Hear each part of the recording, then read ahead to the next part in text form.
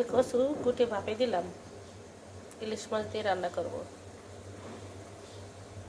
এখান দিয়ে হচ্ছে ভাত।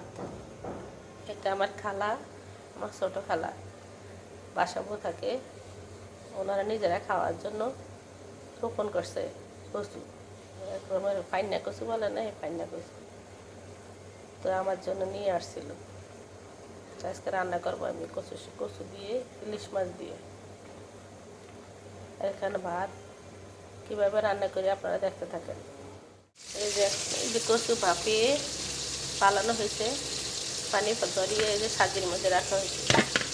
আর এখানে ইলিশ মাছ, আর এখানে এই যে পেঁয়াজ আর তেল বসিয়ে দিচ্ছি। এখন দিব রসুন।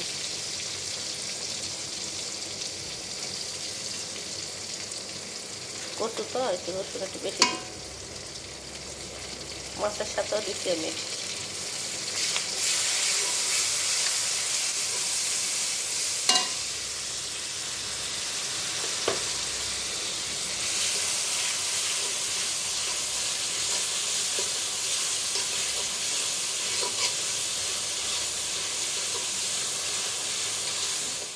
মাছের চুলা ছেড়ে দিই।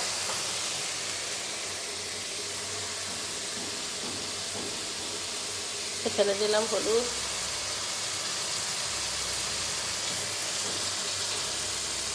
দিয়ে দিলাম মরিচ,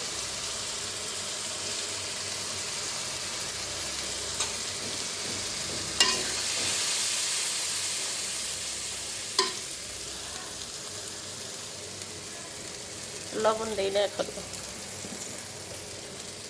দিয়ে দিলাম ইলিশ মাছের ঝোল।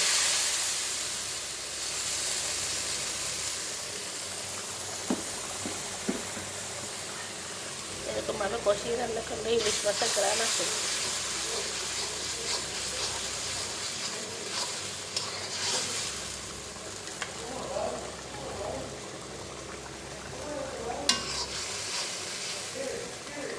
লবণ দেখে দিব, এখানে মাছের কষিয়ে রাখছি লবণ দিয়ে, রেখে তারপরে লবণ দিব।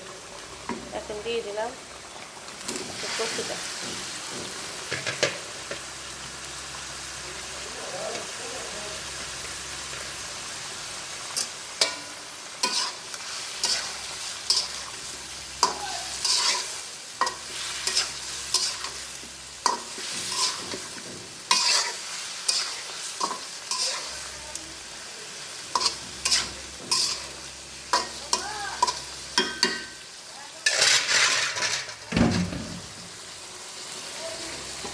ঢাকনা দিয়ে দিলাম, আস্তে আস্তে হোক।